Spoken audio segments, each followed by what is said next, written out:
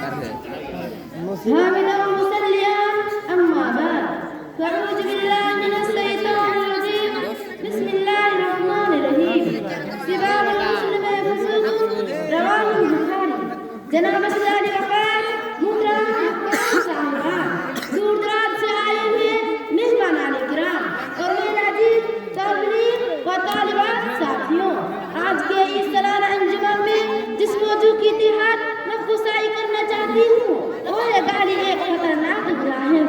اس سے پہلے کہ میں اپنی عنوان کی طرف آؤں، اپنی روایات قابل احترام اساتذہ کرام کا شکریہ ادا کرنا چاہوں گی کہ جنہوں نے مجھے آپ حضرات کے سامنے کھڑا ہونے کا قابل بنایا اور کچھ بولنے کا طریقہ سکھایا۔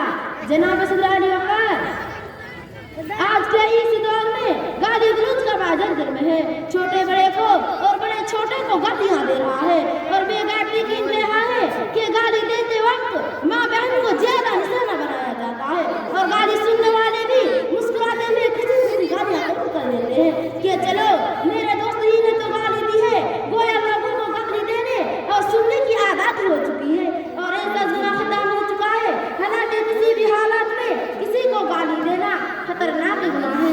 جناب سیدی وقار، آئیے دیکھتے ہیں کہ مذہب اسلام نے ہمیں گالی دینے والے سے بارے میں کیا کہا ہے۔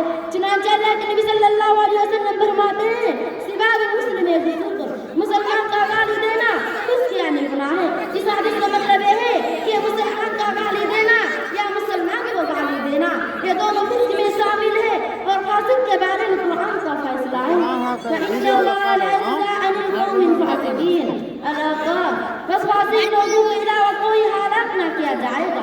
جناب سیدی وقار، قرآن و حدیث کی روشنی میں جائزہ لے سکتے ہیں کہ آج کے معاشرے میں کتنے لوگ فاسق ہیں اور اپنے آپ کو حالت کر رہے ہیں۔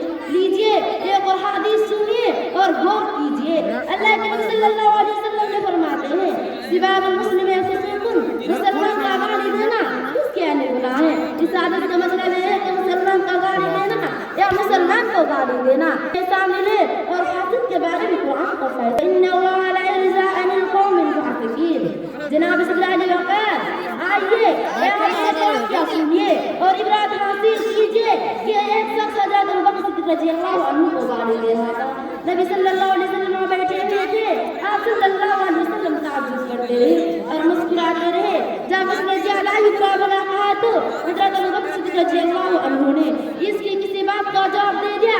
نبی صلی اللہ علیہ وسلم غصہ ہو گئے اور وہاں سے اٹھ کر کھڑے ہوئے اور کہنے لگے کہ اللہ کے رسول صلی اللہ علیہ وسلم وہ مجھے گالیاں دے رہا تھا اور آپ بیٹھے ہوئے تھے، جب میں نے اس کسی بات کا جواب دے دیا تو آپ غصے سے اٹھا گئے۔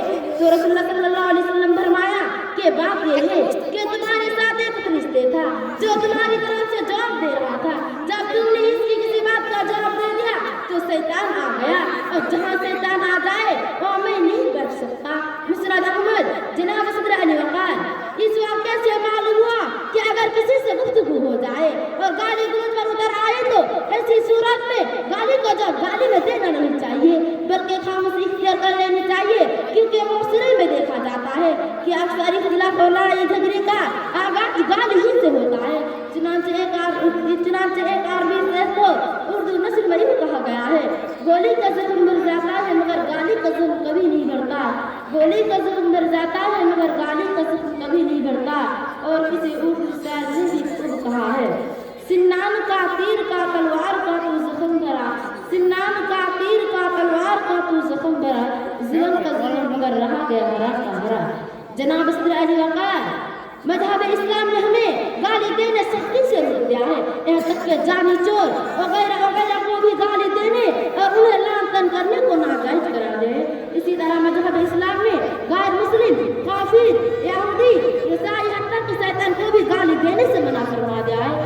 ایسے ہی جانوروں اور بے جان چیزیں مثلاً سائیکل، موٹر سائیکل، کار اور موبائل وغیرہ وغیرہ بھی اگر خراب ہو جائے تو انہیں گالی دینے سے روک دیا ہے، کیونکہ گالی دینا منافق و فاسق کا کام ہے، ایک مسلمان کا شان نہیں۔ ہاں اگر بحثیت مجبوری غصہ گالی دینے کی نوبت ابھی جائے تو اعوذ باللہ من الشیطان الرجیم کر لینا چاہیے۔ آخر میں اللہ تعالیٰ سے دعا ہے کہ ہمیں گالی دینے سے بچائے اور ہر حال میں اپنی زبان کی حفاظت کرنے کی توفیق دے، آمین۔ وآخر دعوانا أن الحمد لله رب العالمين. السلام علیکم ورحمۃ اللہ وبرکاتہ. سامعین کا دل باغ باغ ہو گیا. ان کی تقریر سن کر سامعین کی طرف سے لمسم 610 روپے 610 روپے کا انعام ہے. فرزانہ خاتون 610 روپیہ انعام لے کے جائے. مور گٹ پیسے ہے کہ بیٹا ٹینشن ہے بھول جا دے دی تھوڑا لے فرزانہ. ہاں ارے ہاں بات دے. ہاں